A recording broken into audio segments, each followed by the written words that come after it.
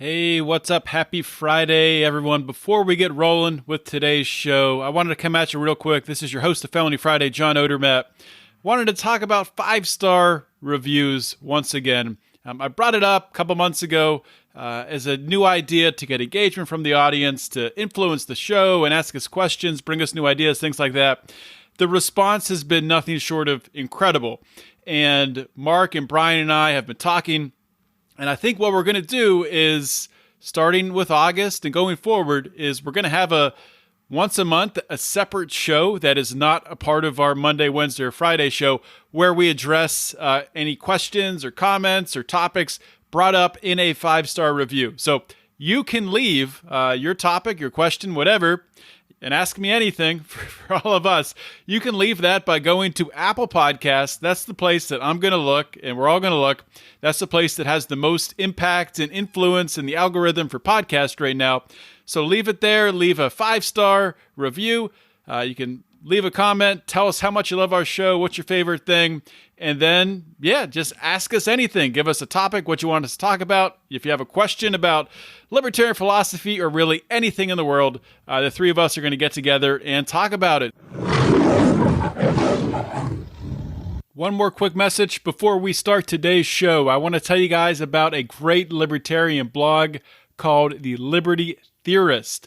The Liberty Theorist is where our friend Brad Tracy discusses all of the shady things government has been up to and why libertarianism is the only viable way to keep power out of the hands of government. Brad is a Rothbardian libertarian who believes that the U.S. is desperately in need of prison reform. I'll give you a hell yeah to that. I agree there. That victimless crime should be abolished. Yes, agree with that. And that we need to end the welfare, warfare, and spy state. Yep, follow along with you there. And that true free market capitalism is the only way to go. Well, socialism kills human production. Can't argue with that. Bottom line, the government should stay the hell out of your life. You can find The Liberty Theorist by going to medium.com/@, that's the @ Liberty Theorist. You can also find it on Facebook, facebook.com/The Liberty Theorist. Check it out today.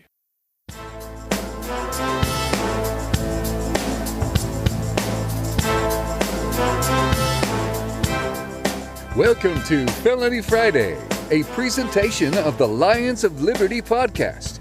Here is your host, John Odermatt.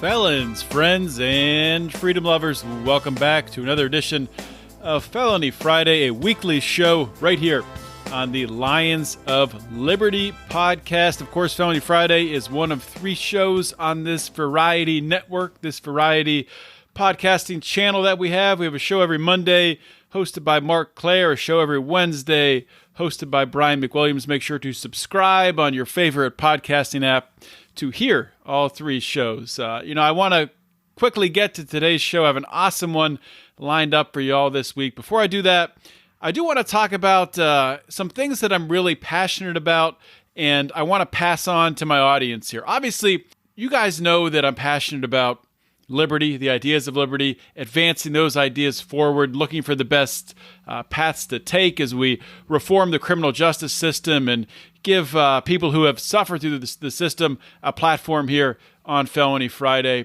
2 other things that you might not know that I'm passionate about, or if you follow me on Facebook, Instagram, or Twitter, you might know I'm also passionate about alternative forms of income.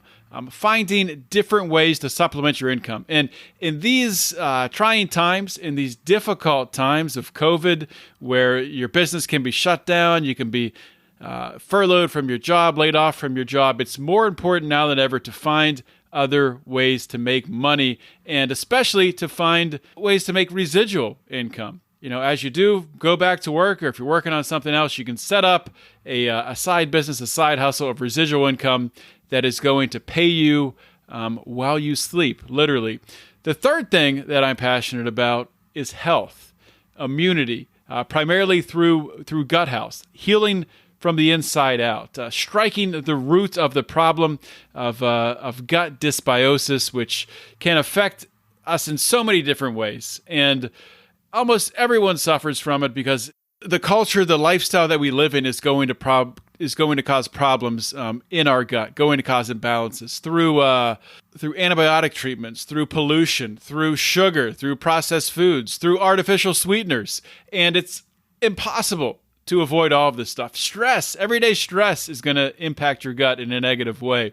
Impossible to avoid all of this stuff. If you follow me on social media, you know that I'm big into gut health systems. So if you're interested in learning more about the gut health systems I use to boost immunity, to really transform my life, I've lost 40 pounds, actually 46 pounds, in the past few years here by getting my gut healthy and starting to exercise again.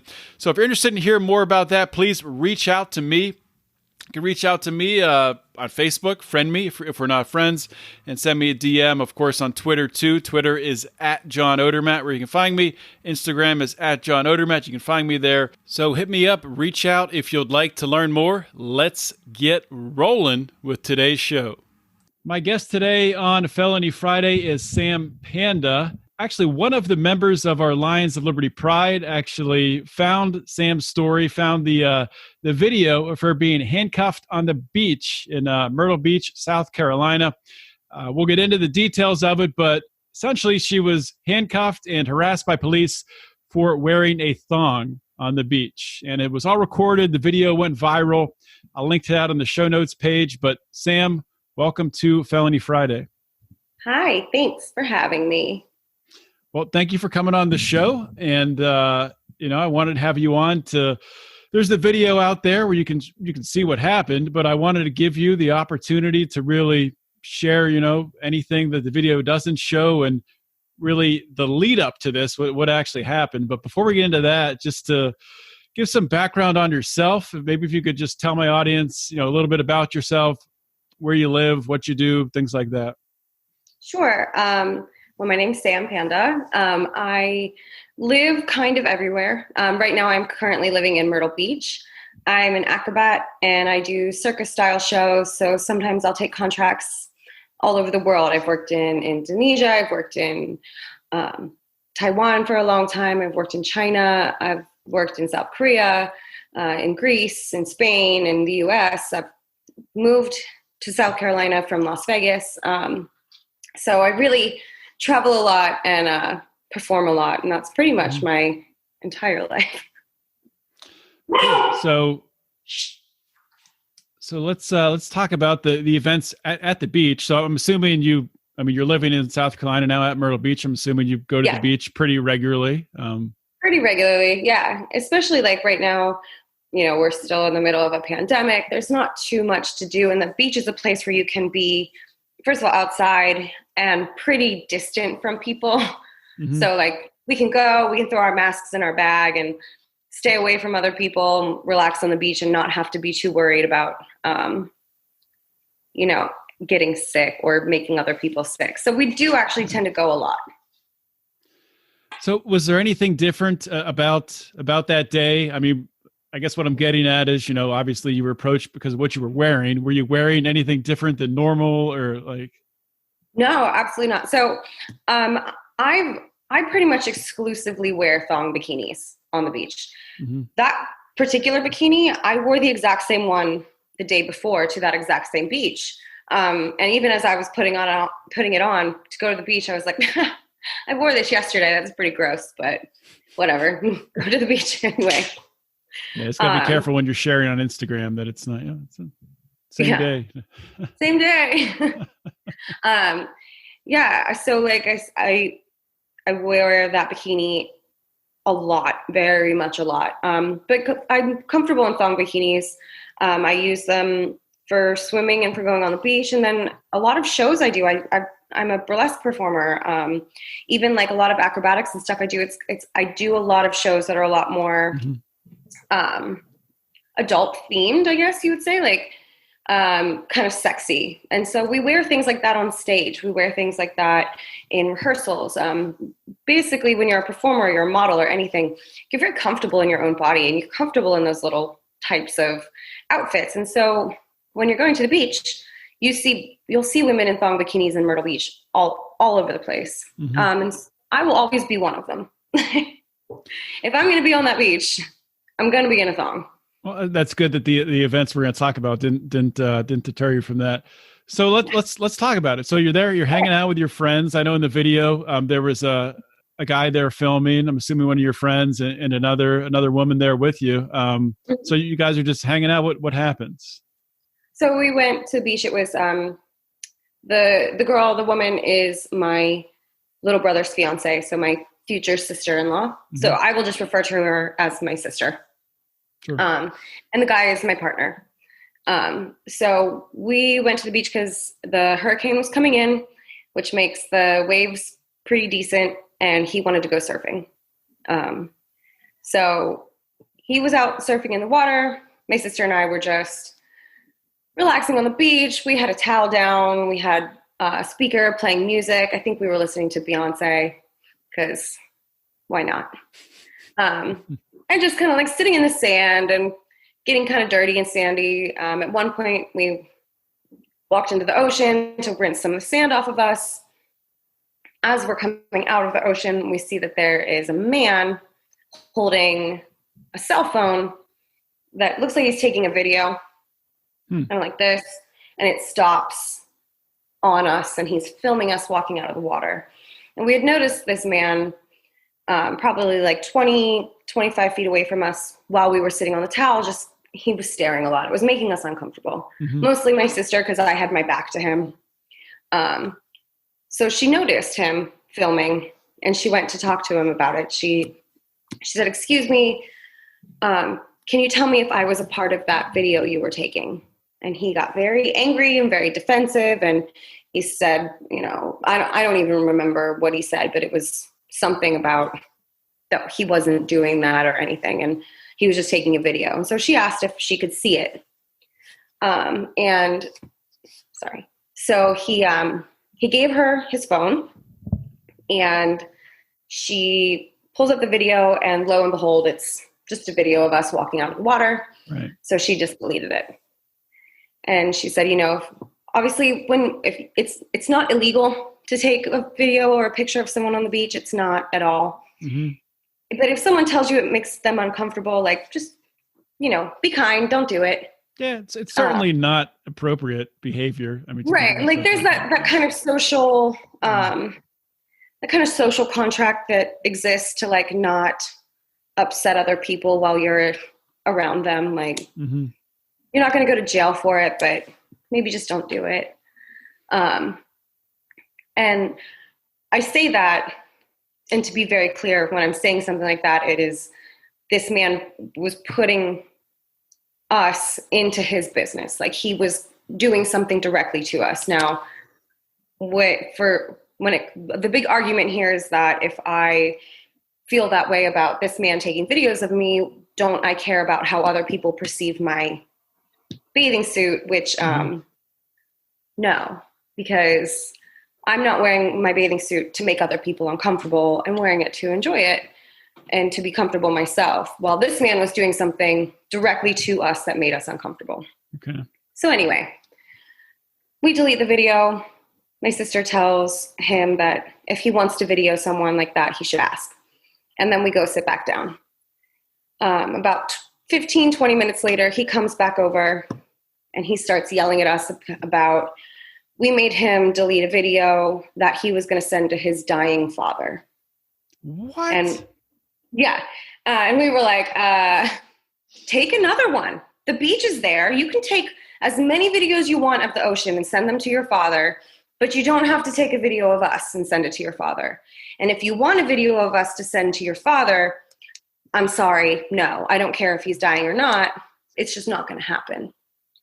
And that turned into kind of an FU argument back and forth. And we eventually told him to walk away, and he starts yelling about how we're not as hot as we think we are.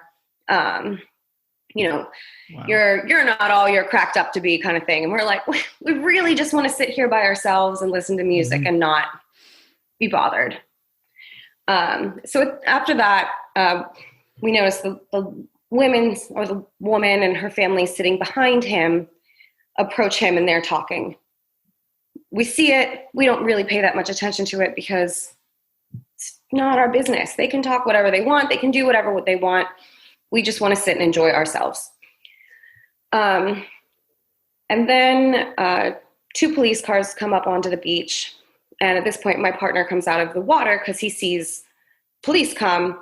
And even if you don't have anything suspicious going on, or you would think it's about you, like, just to be safe, he came up.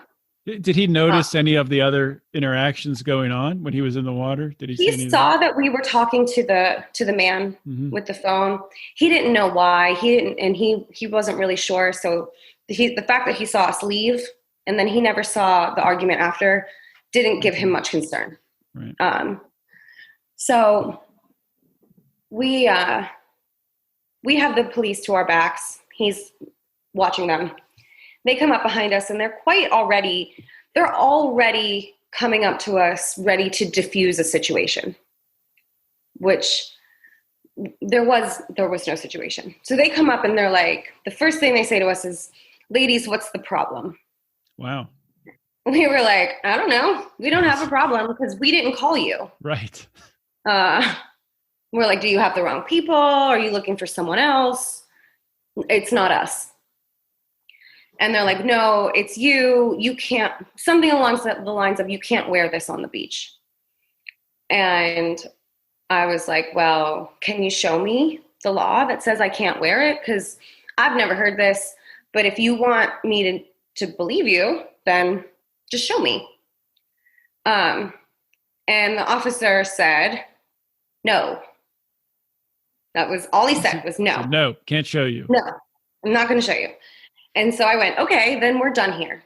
Let's leave." Because I don't want to get in an argument with the police. If he's not even going to talk to me, he's not going to show me what the law is. Like, I'm just going to remove myself from the situation. You can't tell me anything, like, you can't show me a law that I've broken. I no longer have to be here. So we go I turn so that I can grab my towel and we can leave.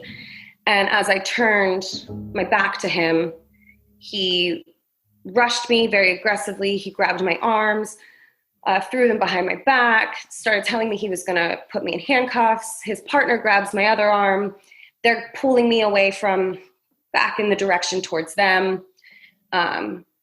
This is manhandling, basically, just kind of very aggressively and overly forceful way of putting me into cuffs. And the only reason for that was because you tried to walk away, essentially? Yes. You were... Wow. Yeah. I tried to walk away because they didn't want to tell me what didn't want to tell me what law I'd broken. All they said was, "You can't wear this," which that's not enough for me to, okay, I can't wear this. Is that a rule? Is that a law? Is it anything? You're not going to tell me? Then I'm just going to leave this situation and it's over. But that wasn't at all what they wanted. Right. And like, I know you can see it in the video, but I'm not a big girl. I'm not 6 feet tall. I'm about 5'2". I weigh about 105 pounds. So for 2 grown men to grab me like that and manhandle me, it made me very scared. I'm sure. So like, when you're scared, your kind of initial reaction is to, I'm bracing myself the whole time. And the cop who ended up holding me was grabbing one of my arms, grabbing my hands behind my back, and then kept moving me up and down. So I'm losing balance. I'm trying to keep myself stable. And at this point, my partner, you can see that. You can see that in the video. Sorry to interrupt you, but he's great. He's literally holding onto your arm the entire time. I think at one point you ask him, like, "Why are you holding my arm?" And I think he said, "Oh, because you could run away." You can run away with handcuffs on, like, right? It was crazy, but so at that point is when my partner took his phone out and then started to record, and he made a point to just ask as many questions as possible, because if the cops are going to detain us like this, we want to know why. We want to know what's going on. And so they're saying that going back and forth, couldn't really make up their mind if I was in cuffs because of what I was wearing, if I was in cuffs because of he kept saying how I was acting. And so my partner asked him, well, how was she acting? And then he said something like, I was resisting the arrest or being aggressive. And I like, it just wasn't the truth. Like the things he was saying that I didn't do. All I did was ask a question, wear a bikini, and want to leave the beach. And yeah, so they bring us over to their cars. They show us the ordinance that says we can't be nude on the beach. And he makes this kind of big aha, like, you cannot be nude. I was like, that's fine. I'm not. He thought he had you there. Yeah, that's like, I gotcha. But yeah, I was like, okay, cool. I agree. You can't be nude on a beach. That's not a nude beach. If it was a nude beach, I'd probably be nude, but it's not, and I'm not. And then they said, well, you can't show any anatomical parts. And I was like, well, my belly button's an anatomical part. My fingernails are anatomical parts. Like, what does that mean? This law, this ordinance doesn't actually mean anything. And so then we would ask him, we would ask these questions. We're trying to get them to clarify, and they can't make up their minds. They don't really know. And so then we would ask if we could leave. Okay, well, you can't just hold us here for something you don't know what's going on. Can we go? Can we go? And I think throughout the video, we probably asked 4 or 5 times if we could just go. And they're telling us no. They call their supervisor. And while we're there, the police officer keeps pulling on my arms, and I'm trying to I'm scared, I'm nervous, and your body just reacts. It's like fight or flight moment when your adrenaline is that high. That's really all you can do. Is if something touches you, you're gonna react to it.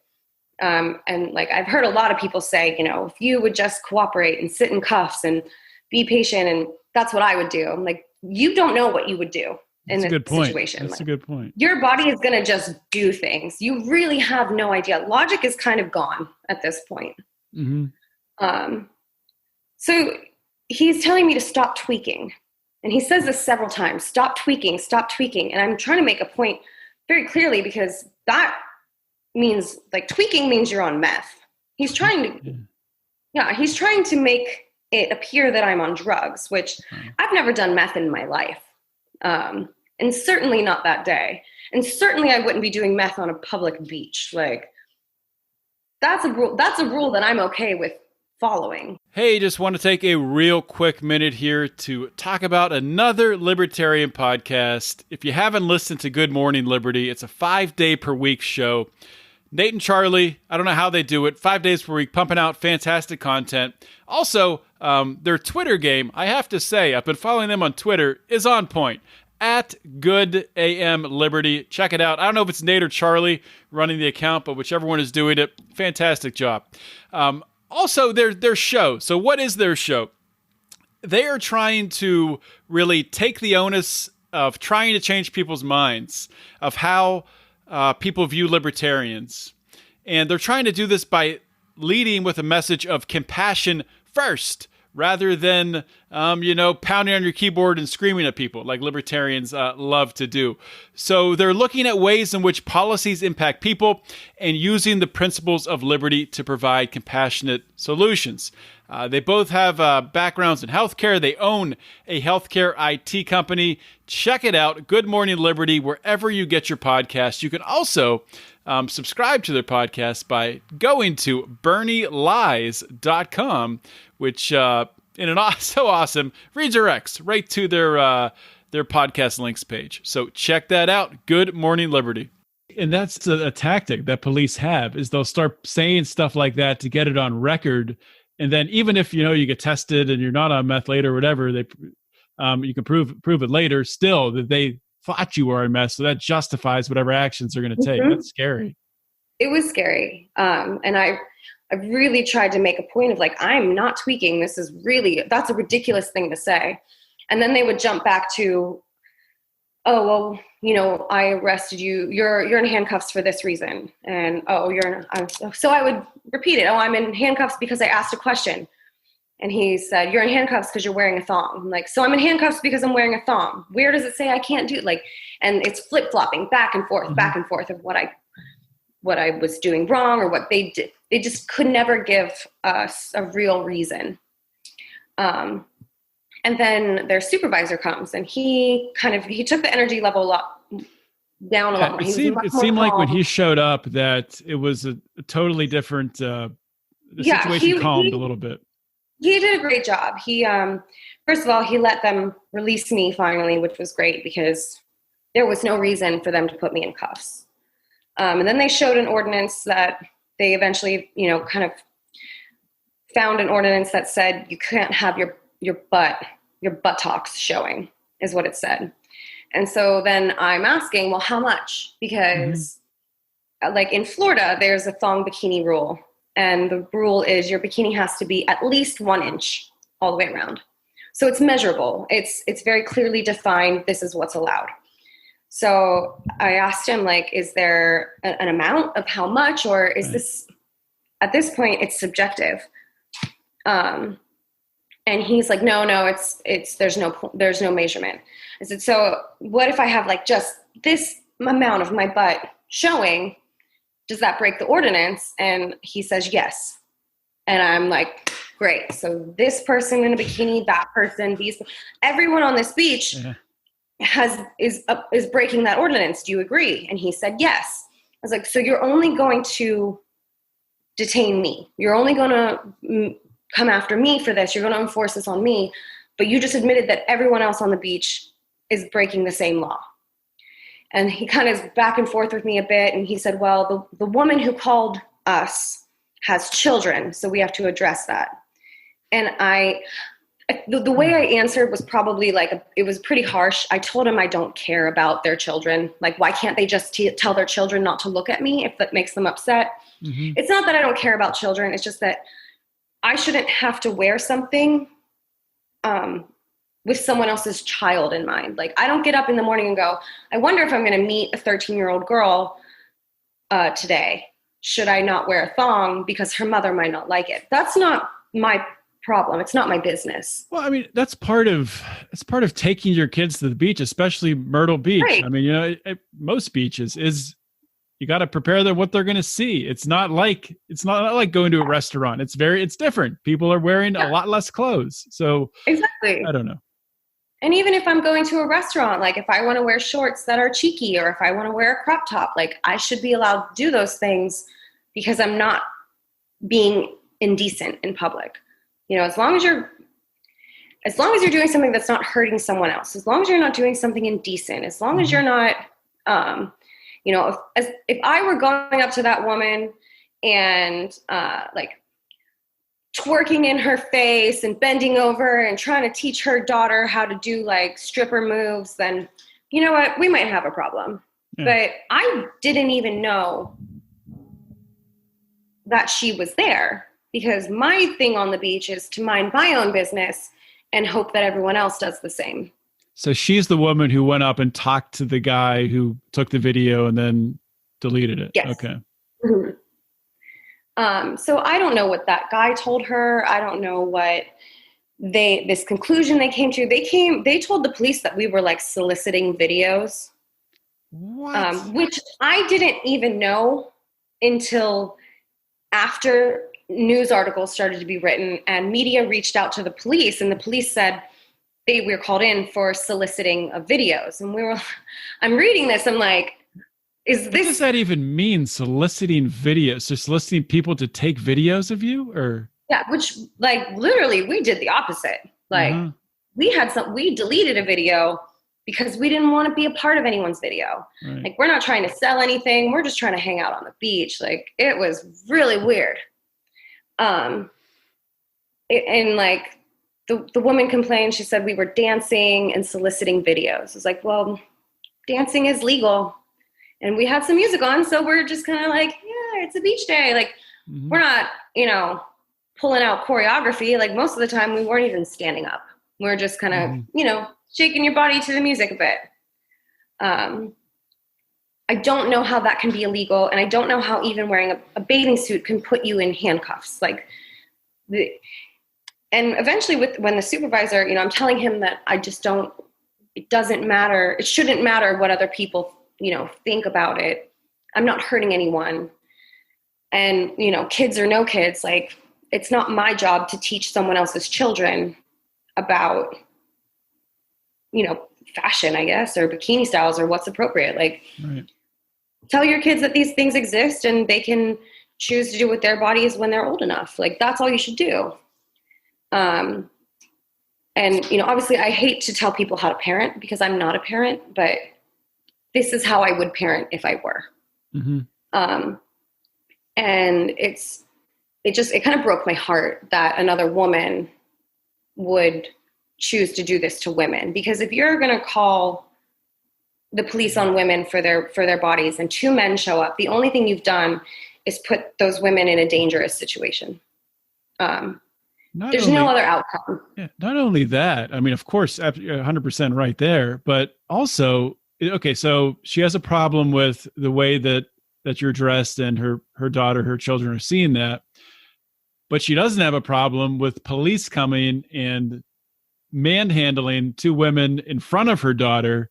It's just like, what's the thought process there?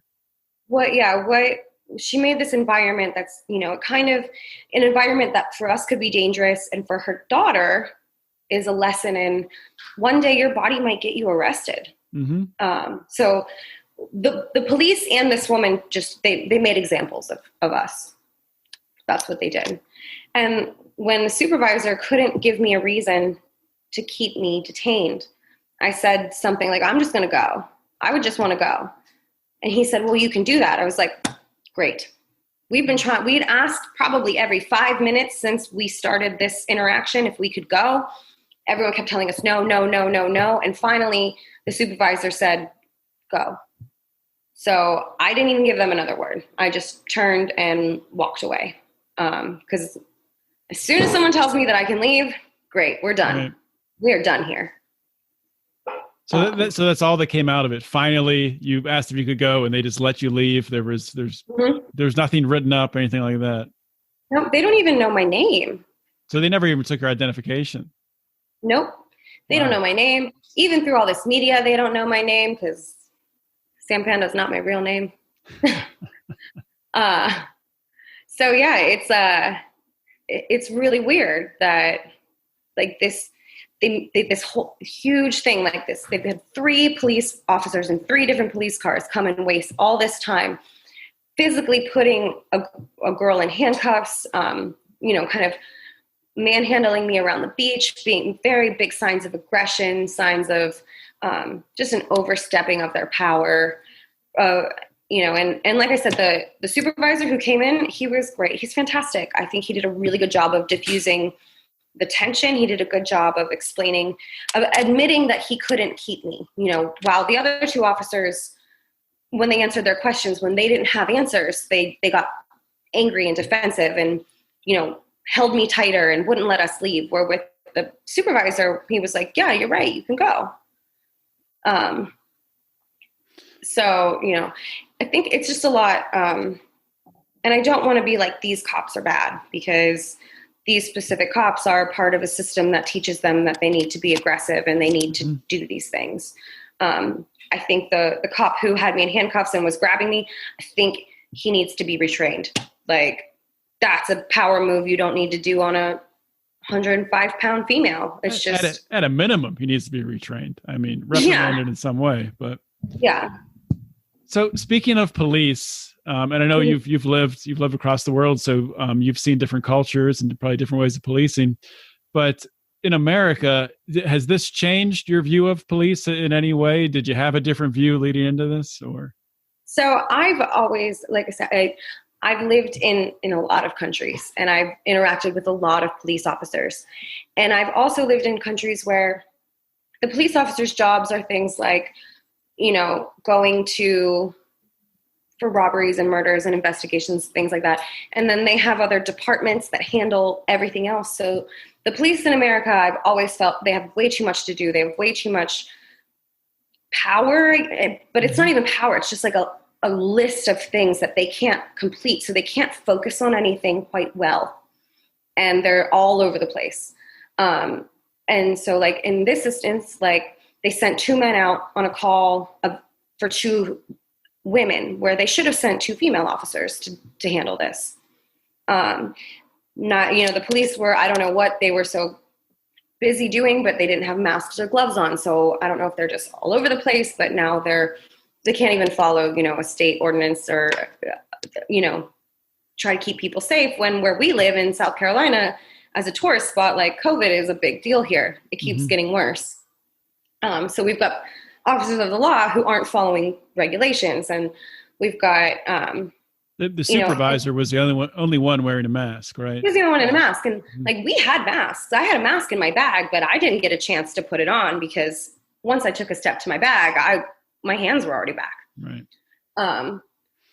But we, so, there's that. And then you've got police who just have to do everything from, if someone's missing their cat, or if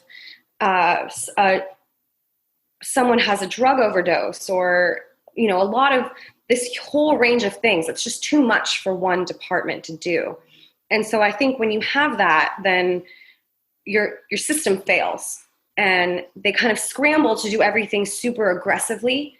And thinking that it's aggressive. If it's aggressive and it's powerful, then it's right, even if it's wrong. And that's my biggest problem with American police, is they're very quick to, okay, let's fix the problem. Let's grab a gun. And when something makes them angry, the first thing they're going to do is, well, I've got this authority, so I'm going to cuff this girl. Instead of maybe if they had less on their plates, if they had less to do, if they took more time to train, if there were other organizations like, people who, like a group of social workers who worked with drug overdoses and these types of criminals, and, things that could lighten the police's load, we could have a better police force. But at the moment, the way things are, it's not possible. It will always be they have so much to do. They're so overwhelmed. And they're very aggressive, and it is not like that anywhere else in the world. I think it's probably a bigger problem than just, I think the root of the problem is we have too many laws, and it's not only the police enforcing them. And I mean, the police are signing up to enforce these laws. So that's a problem, that people want to do that. But also you have the majority of the public, a lot of these laws, they support them, which is a problem. I mean, I'm sure there's people who support that ordinance. I don't know how an ordinance like that gets passed, but that's a huge thing too with like that I have coming out of this is I've got a lot of people who are like, I've gotten so much hate on social media, so much hate, so much negativity. And there's a lot of people who say, well, you broke the law. You were doing this, the ordinance says this, and you didn't do it. So why don't, suck it up. Take your punishment and take it on the chin and walk away. And to that I say, no, this is an ordinance that shouldn't exist. And that's the problem. This is an ordinance that literally it gives other people the ability to dictate women's bodies. It's dehumanizing, it's degrading, it's sexist, it's harmful to women. It puts us in a bad situation. And it allows the public to think they're somehow entitled to a woman's body. And so I don't care if that law or it's an ordinance, it's not a law. If that ordinance exists and if I broke it, I care that it's damaging to society and it should not exist and it should not be enforced. It needs to go away. So people want to argue with me all day, and I'm not going to argue back with them. I don't have the time, nor can I keep up with the amount of people who are like, you broke a law. Yeah. I see people breaking these beach ordinances every day. There's a laundry list of them that are just ridiculous things. Oh, you can't have a glass water bottle on the beach. That's the same ordinance as this one. It's in the same rules. It's the same finable offense. You can't have a beach tent is one of them. So people who bring out little tents for their children to sit in, they're breaking that ordinance. It's all the same thing. So it's this kind of very subjective, pick and choose these rules that shouldn't exist in the first place. And you're right. We have too many rules and too many laws and too many people who think that because something is the rule, that it needs to be enforced. And that's really the biggest problem with this. Yeah, just because something is a law or an ordinance or a rule does not automatically make it ethical or moral or the right thing. I mean, the classical example, I mean, look at Nazi Germany. Everything they were doing was a law in Germany, and it was horrible things. Even like, in the U.S., civil rights in the U.S., when it was legal for Black people and white people weren't allowed to drink out of the same water fountains, and Black people weren't allowed to go to schools or go into white spaces. Like, those were laws, but horrible ones, and ones that needed to change, and they did change. And there are little laws like this that still exist, even for things with Black people and people of color, and for women, and for LGBTQ community. There, these little ordinances and laws and rules still exist in every community, and they need to be addressed, no matter how small they are, and they need to be removed. Because as a woman, there are a lot more things that I am scrutinized for than, say, my partner, who's a man. If he wanted to go on the beach in a Speedo, no one's going to do anything about it. They don't care. It's just, we all, as humans, deserve to have the same feelings of safety, the same rights, the same everything. And I know that's a very big goal to achieve, but it should be everyone's end goal. Yeah, and I think we're making progress there, probably a lot more slowly than we need to be, but we're moving in that direction, thankfully. Yeah. And I think a lot of people's minds are changing. I think the majority of people want to be there. They want to reach that end goal. Right. So I'm hopeful. Yeah, well, that's a good thing to be. So, Sam, I want to thank you for coming on the show and sharing your story. I always give my guests a chance to either plug anything that they want to, or if you just want to leave some parting words, the floor is yours. I will put my Instagram in there for you if you guys want to go there. My Instagram handle is sspanda_.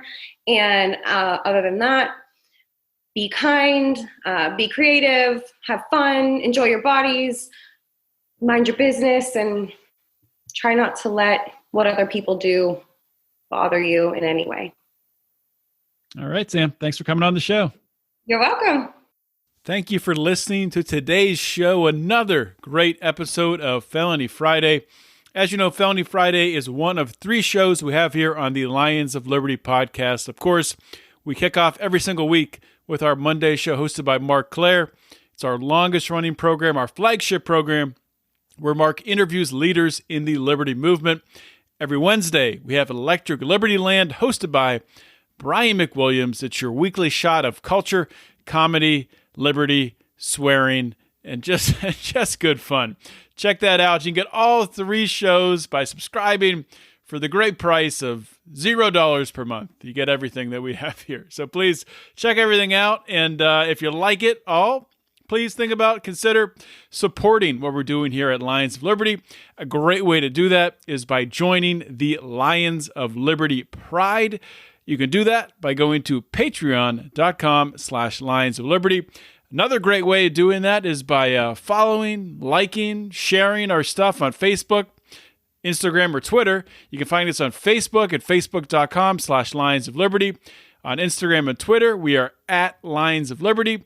And the discussion forum where all the greatest and brightest minds go to talk about politics, liberty, everything that's happening in the world today, current events, the Lions of Liberty Forum on Facebook, which you can find by typing Lions of Liberty Forum in the search bar at the top of Facebook, clicking search, comes up, say you want to join it, answer a question, bam, you're in, and the rest is just going to be a great journey for you. So check that out. That's all I have for today. This is John Odermatt signing off. Always remember to keep your head up and the fires of liberty burning.